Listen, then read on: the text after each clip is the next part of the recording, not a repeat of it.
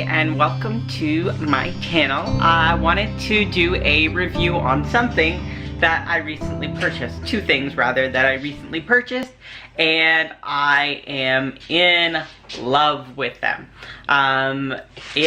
So without further ado, I'll show the products that I'll be reviewing. So the Amrezy highlighter as well as the soft glam palette.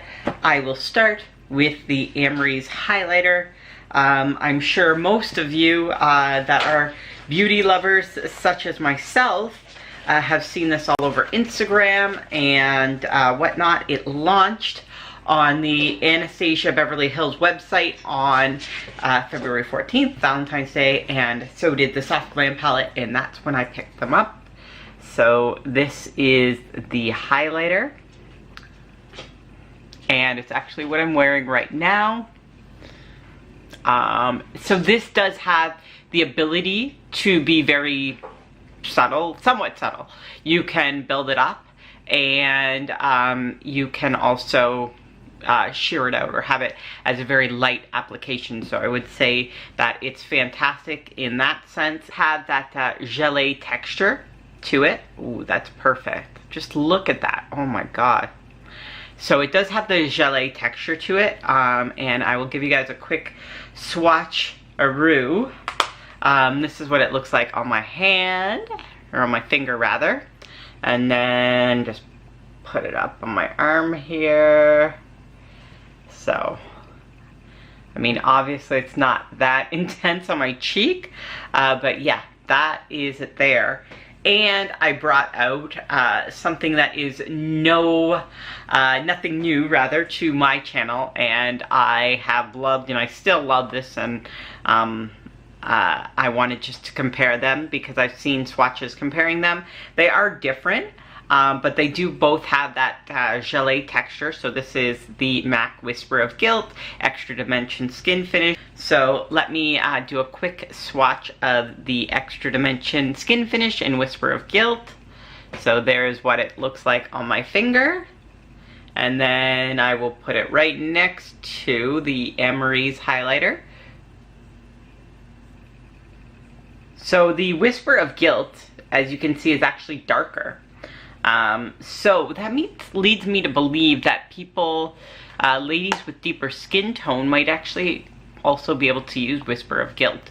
I have seen so many videos reviewing this on Instagram and whatnot, and a lot of ladies with much deeper skin tones than my own are raving about this. Saying that it does work for their skin tone, it doesn't make it appear ashy. So if you are a deeper skin tone lady, I do recommend, once this launches in Sephora, picking it up. As I mentioned right now, I believe the only place to get them currently is the ABH website. But yeah, that is the Amrezy highlighter. 5 stars. Packaging is amazing, texture is amazing, longevity is amazing. A very big fan of the highlighter, and I would expect to see it in my favorites very soon. My monthly favorites that I do, but yes, that is the Amrezy highlighter from ABH. Go pick it up. Now, ABH also launched a new palette called the Soft Glam palette. So it is the same configuration as their prior palettes, which I have both of, Modern Renaissance, as well as Subculture. And the formulation is similar to the Modern Romance. It is a little less pigmented than the Subculture. I know Subculture has a lot of drama around it when it first came out, and I didn't pick it up when it first came out. I picked it up when it was on sale recently at Sephora, and then you will see my Modern Romance palette is very much well loved. So this here has been out for a while, and I did actually join the bandwagon late on this just because of the colors that were like the Venetian Red, Love Letter, Red Ochre. I didn't think I would use them, and they're not the ones that I have the deepest dints in. As you can see, some of the lighter, more neutral shades are where I have the dints in it. Tempura, which is actually an overlap in the Soft Glam palette, is very well loved as a highlighter. And I do have the Soft Glam palette on my eyes right now. So I will just run through what I did on my eyes. So today I used Glistening. And then over top of it, I did use the Amrezy highlight, so that is on my lid. And then in the crease is a mixture of orange soda and burnt orange, and then rustic as well through the outer V. And I love that rustic shade. I think it's amazing. I am not upset at all that there's any kind of overlaps in between the Anastasia Beverly Hills palette, because to be totally honest with you, as long as this palette is being sold by Anastasia Beverly Hills, I will have one in my possession. I love the texture, the blendability. I think this is the absolute ideal palette to travel with. I will be bringing this as one of my palettes when I go to Mexico. But yeah, this is something that you can pack. Say you're just going away for a weekend. This is perfect. Everything you would need to create a daytime eye, a nighttime eye is in this palette, and it's so simple to use. So let's just go over some of the overlapping colors, which seems to bother some people. Like I said, for me, it doesn't bother me because just to be very honest, although I like and I enjoy my Modern Renaissance, I don't think I will pick it up again when it runs out.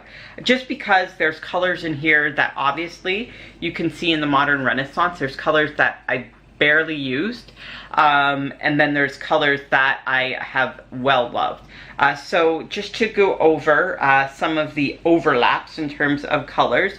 So in the Modern Renaissance is burnt orange, and in the ABH Soft Glam, also burnt orange. Also from the Modern Renaissance is Tempura. Also in there is Tempura. So, I mean, those are the overlaps that I'm seeing right now. And I'm just looking at my subculture, and there is no overlaps between them. So really, I don't understand why people are complaining, to be very honest with you. There's two colors that overlap. Like, really? That's not something to complain about. Back to giving you guys some swatches. So I'm going to start with Tempura. There we go. And I mean, it looks like it's hardly showing up there. I mean, it is pretty close to my skin tone. Then dip into Dusty Rose. Ooh, that's a good swatch of the Dusty Rose. Wow. Okay, now Glistening and Fairy, I definitely am a big fan. So this is Fairy. There we go. And then just trying to, okay. And then go into Glistening.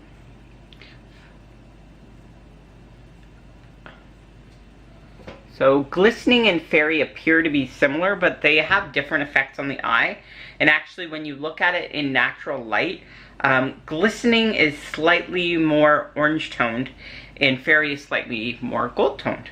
So that is interesting.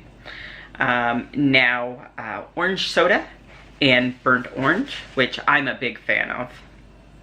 I have blue eyes, so I feel like this palette is ideal for someone with blue eyes. So Orange Soda and Burnt Orange. So there you go. Orange Soda, Burnt Orange. Now Rose Pink is something that I haven't used yet, but I definitely want to use. I feel like, did I have this? I'm trying to remember. No, I didn't. I just basically got this week. I was trying to remember if I had it for Valentine's Day, because a rose pink would have looked amazing with my rose gold dress, but whatever. I didn't have it then. So, rose pink. Ooh, look at that rose pink color. That is amazing. Now into Sienna. Look at Sienna. Wow.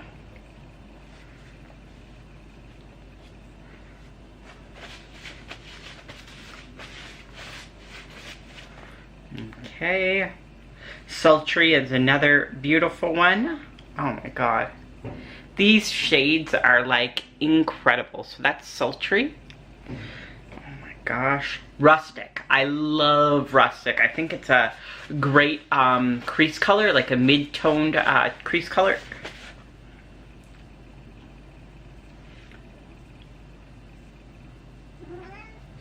So there is Rustic. And I am quickly running out of space here. Here, I will, my swatches. There we go.